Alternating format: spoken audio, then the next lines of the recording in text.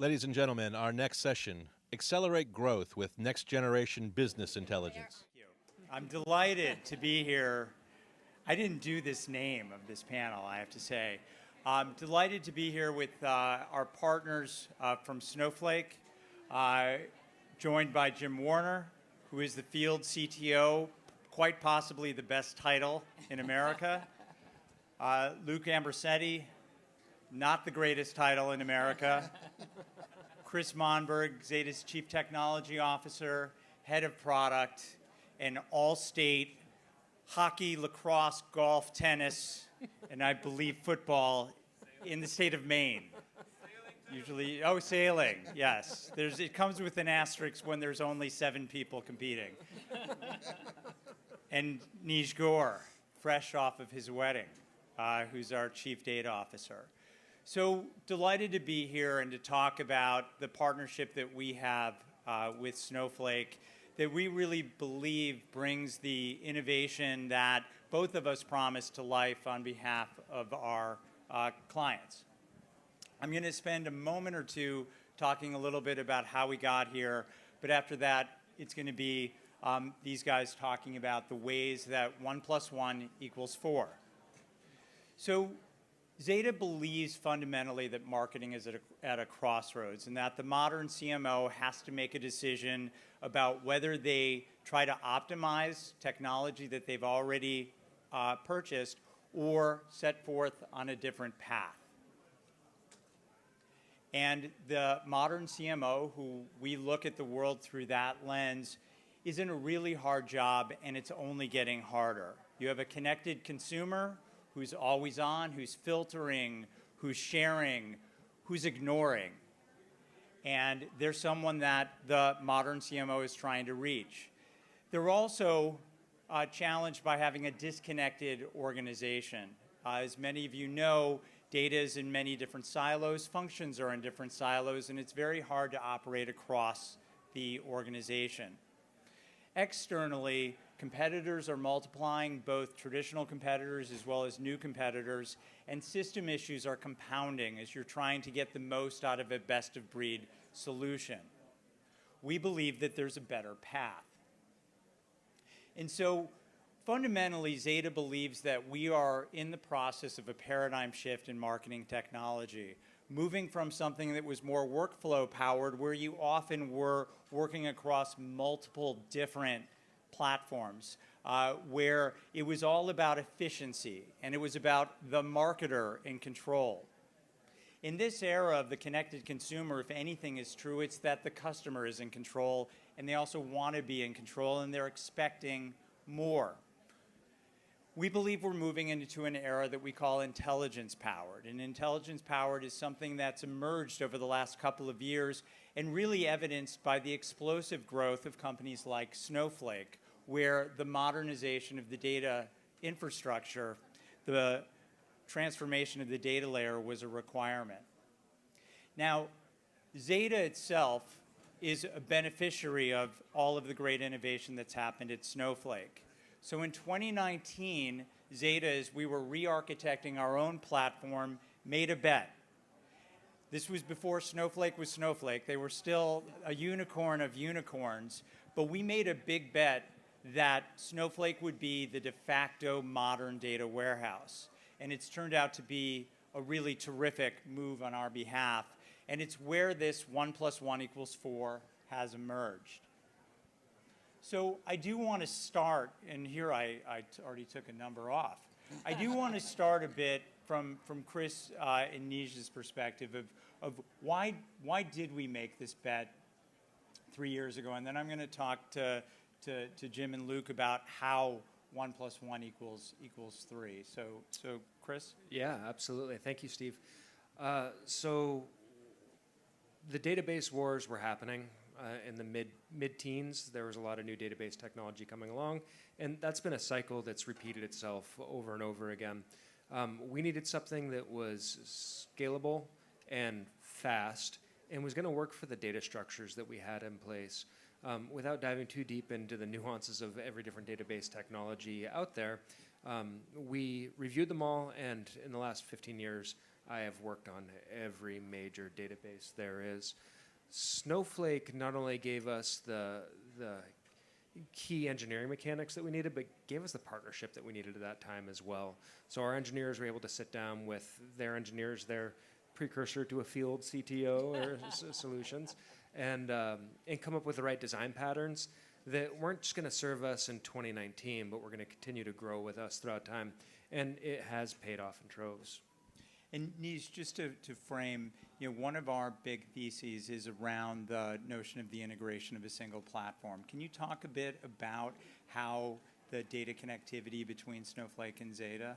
Sure, absolutely. So a few other headwinds were in market at that time and have become even stronger, and we've turned them into tailwinds. So everyone knows there's been such an enormous focus on the value of first-party data and consolidating your data in one place. There was a lot of questions about the future of identity and what was going to happen in the space with cookies and just generally with the ecosystem and addressability. So there was a huge push to get your data into an environment where it could scale and grow and then be accessible. At that time, people were talking about this in the vernacular of calling it democratized. But democratized data is really only useful if you have an application layer which you can do something with the data upon. So in our world, it's taking data that they were centralizing on Snowflake and then making that available to the application layer where you could do things with it. What's come out of that world is this notion of intelligence. So we oftentimes here at Zeta talk about customer intelligence, prospect intelligence, competitor intelligence, and market intelligence. And that was really what brands were needing at the time. And we looked at Snowflake as the environment that would become the catalyst so that marketing applications like ours could take that to the next level. I'd be remiss to not say that our customers were all using it too. So the adoption was happening everywhere. And what became really operative for us is being able to share data in situ. So it sits in the customer's ecosystem and it shows up in Zeta's ecosystem. And that's been a huge boon for our go-to-market moving into 22 and 23. Absolutely, and great for our customers as well. Luke, you've been on the ground with us a lot. From your perspective, how does this 1 + 1 = 4, 1 + 1 = 3 come about? Yeah, no, absolutely. I think Zeta made the bet at the exact right time. So in 2019, Snowflake started as a data warehouse, right, in the cloud, born in the cloud, back in 2012. 2019 is when we started to introduce our data collaboration features, right? So the idea of being able to securely share data across cloud, right? Whether you were in AWS or Azure, and without having to copy or move that data. So as a brand, I can share that data with Zeta, and I can get that data back from Zeta without having to stand up all these nasty data pipelines, right? So it makes collaboration just so much easier, and I can get all the data of Zeta that I need. And now, and maybe Jim, love to hear your perspective on this too. But as we move into the next wave here, Snowflake is becoming the data platform for applications as well, right? So Zeta is also making investments there to build out what we call native applications on Snowflake. Yeah, I think what's fascinating is you rewind to 2019. I think Snowflake was really a platform for sort of analysis and analytics, right? And so Snowflake was often the end of the data, right? That was like the data came into Snowflake and then it didn't do much after that. And you guys were really at that time when Snowflake was transitioning to being like a platform for action, right? And you guys were really at the forefront of that. I think it was impressive timing. Absolutely, and I think that, and we'll talk a bit more about the notion of Snowflake becoming almost an operating system and Zeta as a super app or one of the killer apps, and we'll get to that in a moment. Operator error almost. So, one of the things that we think of as the consequence of this move from workflow-powered to intelligence-powered is the notion of a replacement cycle. And our view of the market is that it started at the data layer. And looking at your growth, and there's a few other companies that claim to be like you. But want to get, we'll go sort of from Jim to Neej of your view on the velocity of the replacement cycle, but also the depth of that. Our view is that it's sort of working its way up the tech stack. Yeah, I think that's right. In terms of velocity, I don't know anybody who thinks it's moving fast enough. I don't know of anybody who's like, oh yeah, this is great. We're changing everything so quickly. I don't think anybody can really be fully satisfied with the rate of change. And I think a lot of that, when I talk to marketers, is because of sort of more organizational things than technology things, right? Making sure how do you even find out within your organization where the data sits and who has it, who has the keys to it, right? Yeah. I think those organizational issues are often what's kind of slowing down the rate of change. Yeah, I think marketers have been trying to bust data silos for years now, right?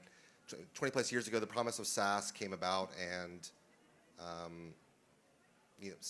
with SaaS, came a lot of great opportunity to do things easier, but it brought in on these massive data silos and that we now have to break down and get data to one place. And so I think that Snowflake and others, I can't say we're the only one out there, right? But Snowflake has helped, really helped our customers stand up data infrastructure, right? So now it's so much easier to stand up this data infrastructure, and you don't have to, do a lot on-prem like they were doing with on-prem data warehouses, 10, 15 years ago. You've also made it really easy for people to get started. It's the first hit's free. You get on and you stick with it for a while. And that's served marketers really well. Now we're at an influx where tools like generative AI and other AI systems, they're fed by data. And you've got challenges if your data isn't the same place, the same data access patterns. So that timing was about centralizing data before, and now I think that it's imperative that you have that data in one place so you can move on to the next evolution of the next generation of marketing. I would say that consumer expectations were moving way faster than the velocity of the replacement cycle, and now the velocity is starting to catch up. I think brands are looking at total cost of ownership, and you can think of hard costs. So what are you making in growth, or how are you growing, how are you spending? And then soft costs, how is your consumer experience being impacted? And again, consumer expectations have been, really, really accelerating with all the news around generative AI and all the capabilities they're expecting from their favorite brands. And this replacement cycle is now following that in suit. And enterprises are wisening up to the idea of moving into a new environment where new capabilities are unlocked. Yeah, and to build on Neej's point, and I think this speaks to yours, we often talk about the connected consumer meets the disconnected organization. And that's where I think this partnership really helps solve that.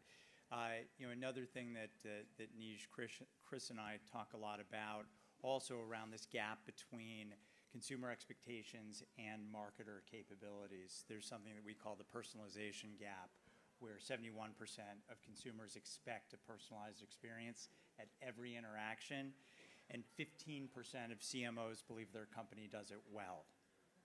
So, and that, we believe is the fundamental complication and ultimately an opportunity of our partnership.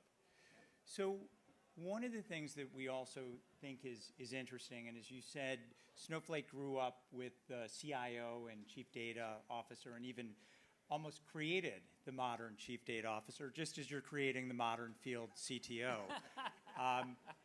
But we're seeing, and I think that the modernization, the data layer, was the beginning of the CMO becoming sort of a co-pilot and then a pilot in some of these tech decisions. One of the things we're seeing with AI in particular is that CMOs not only have a seat at the table as this has become a boardroom topic, in some cases they're at the head of the table. So I'm going to start with Neej and work back here. What's the tipping point for that? Why do we see CMOs becoming so active in what were once tech decisions? So the job of the CMO is very hard. For any of the CMOs in the room, I empathize.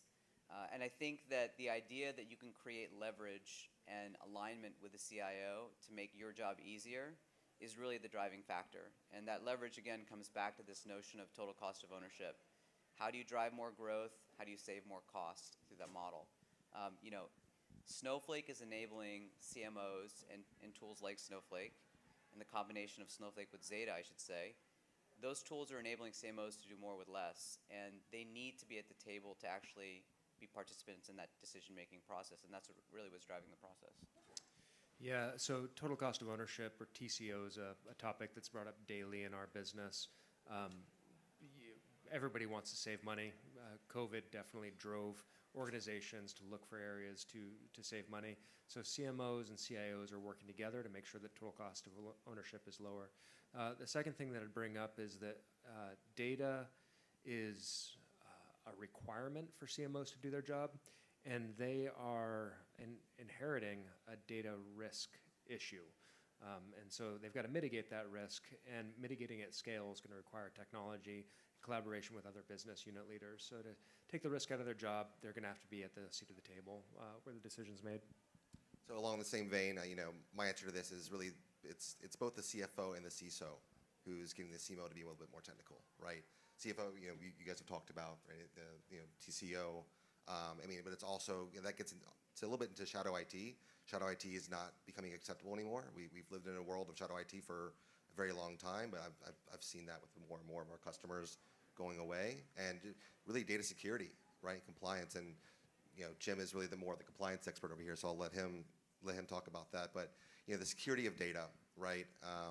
It's huge, especially as we get into AI, Gen AI, and start talking about those technologies. Yeah, I think with shadow IT, CMOs have been making tech decisions. They just didn't necessarily call it that, right? They've been selecting technology platforms that they used for quite a while. They just didn't think of it as a tech decision. And I think privacy is a major factor in that changing. When we have PII sort of underlying not just our owned channels, but also our paid channels, the idea that we can just have these shadow IT systems running around with kind of no oversight from the CISO, that just seems crazy now, right? And I think that's really what's driven the sort of recognition. Again, I don't think it's new, right? Like shadow IT has been a thing for a long time. I think it's a recognition that CMOs have a vitally important role to play in the selection of technology. That's a great point. So, AI is a big part of this age of intelligence and the impact of intelligence, which is our theme here. And we talk a lot about data as the foundation of enterprises being able to exploit or capitalize on AI. Just want to touch a bit on the data modernization journey, what you've seen, what you're seeing, and what might be happening next. I thought I was going to get out of this panel without ever having to talk about AI. I had a bet. Sorry, I had a bet with Luke. Yeah, I thought you signed a waiver. Yeah, I owe you $10 after the call.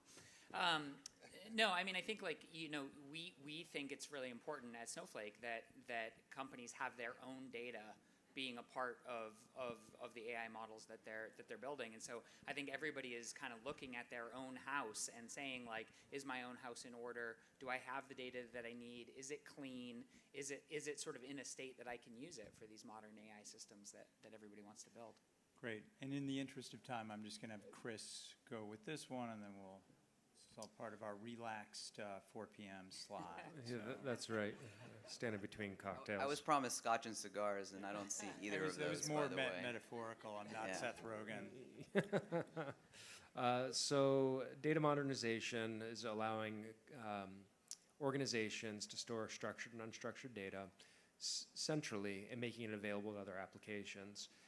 AI teams for a long time were part of a workflow where you had to go sit in a dark hallway and get data delivered by carrier pigeon, and you'd work on it, and you'd send it back via another carrier pigeon, and somebody would try and make sense of it. Now the workflow of AI is much more native to the applications. In fact, native application on Snowflake oftentimes. You can work on it in situ, and that means speed of iteration for organizations to prove out business value is much faster than it's ever been before, and everybody has the same workbench. So I think that we're going to go to the app. We introduced an intelligence app, a native app, in the Snowflake marketplace at your summit, which was a little bit larger and a lot more expensive. But I do want Neej to talk about our app, but also why we started with intelligence and how our existing customers as well as prospective customers can benefit from it. So I'll approach it from the lens first as to what's happening in the broader market. Generally and historically, the idea was always to bring the data to the application. Here's the application, load the data. The new model is bring the application to the data, right? So that's what everyone is thinking about today. And the Snowflake marketplace is essentially the endpoint of that model. You're actually bringing the application into the marketplace where the data resides. You can do something with it. For Zeta, this is super strategic. It increases our TAM. We can get addressability and accessibility to Snowflake customers that may not look at us for our full stack. They get exposed to us. And the type of things we provide in the intelligence app are aggregate insights around competitors, market, prospects, customers that are so easy for a Snowflake customer to turn on and look at. And the idea for us is that if they see that and they see the power of the intelligence that we have, then we can start to cultivate much more meaningful relationships with those same brands. And so it's a magnifier for our sales team. It provides value into their marketplace. It credentializes our brand in a different way. It's all part of our go-to-market and increasing the TAM that's addressable to us. And this is the first of many apps. We think that there's going to be a collection of apps we will deploy into Snowflake. They will be very useful for Snowflake customers. And again, the idea would be to cultivate those relationships back into a Zeta relationship. And Chris, can you speak to how the app connects to the broader Zeta marketing platform? Yeah, well, it all comes back to data. Data that's available on Snowflake is available throughout the Zeta marketing platform, Zeta's product. So that means if we create a wedge or an inroad through a native app, the intelligence is there, but it can't be actioned on. For that, you just have to sign into the app, and you'll be able to see the same intelligence, but also reach out to consumers, hear from them, and start that virtuous cycle. Great. And from the Snowflake perspective, I'd love to hear more about how you're thinking strategically about the marketplace and how you're thinking about the notion of applications in the model that Neej talked about of bringing apps to data. Yeah, I would say, some of you might be thinking, well, why native app? Why is that better than than like maybe my SaaS platform? What's so great about the native app and the native app framework that Snowflake has built and released is that it lets brands interact with Zeta's data cloud and Zeta's third-party data in a secure way. I as a brand don't have to share all of my PII to get those insights, right? I can just I don't have to see Zeta's code running securely in Snowflake, and then that code also sees my data, and it can again generate those insights without either of us seeing each other's IP. Right, so that's why it's so important to Snowflake is as we talk about data privacy and data governance, the native app and the app marketplace is so strategic for us. Great. So we're going to close out with predictions. So Jim, we're going to start with you. So name one transformation that we will be discussing on this stage in 5 years.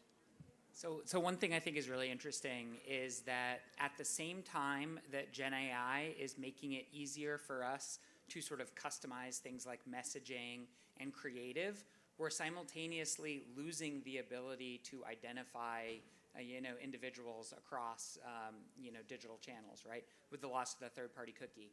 And so over the past several years, we've been able to identify people. What we haven't been able to do is customize the message for them at scale. These lines are crossing, and I'm not sure exactly what the implication of that, maybe one of these guys knows what the implication of that is going to be, but I think that's a fascinating trend that we're going to be dealing with for years. I do think, here in a few years we'll be talking about how the English language is the main programming and design language of the future, right? We can be doing everything in English, and we'll be talking about, there'll be sessions about how you can be talking to Gen AI to generate better content, or a better email, right? Or finally fix my Microsoft content in Outlook, right? Nimiroff? Internal joke. Yeah. but yeah, so it's we'll be talking about how we can interact with the systems and how those systems can really help us, right? We won't be just asking these models about what are 10 subject lines that I can use, right? It'll be say, hey, here are 10 campaigns that you can go and try. Taylor Swift is our field CTO. Be transformative. We should work on it. Kelsey involved? Oh, Kelsey, yeah. Kelsey, got plans for Kelsey. So I think we'll have better provenance. We'll understand where data comes from in generative AI decisions. Right now, it's really hard to crack that code open and look through all of the strings of where generative intelligence is forming its opinions, for lack of a better word. Through transformational data systems and data fabrics, we'll be able to follow the thread all the way down to the core knowledge. That'll be critical for decision making in highly regulated industries. And truthfully, I think more industries are going to be more regulated by 2028. That's a good answer, Chris. So in 2023, we talk about the personalization gap. Steve has slides about this. You've probably seen them at Zeta Live. I think by 28, the personalization gap will be solved, but marketing will have to move from being personalized to personal. And what I mean by that is that individuals might even have their own, call them virtual clippies, who are curating marketing for them and getting offers and products and services on the behalf of the consumer themselves. So an entirely different way to think about marketing. Imagine having an agent that's working on your behalf to find the best stuff for you. I think that might happen. So I think that dovetails with my own prediction. So 5 years from now, we will have been 6 years into the intelligence-powered era. The way that that worked out magically was that every era was 8 years. So I think we will be thinking about what comes next. And I do believe sincerely that the foundation of that will be the Snowflake Zeta partnership. So I want to thank our panel for a terrific discussion, and I want to thank our Snowflake friends for being such great partners.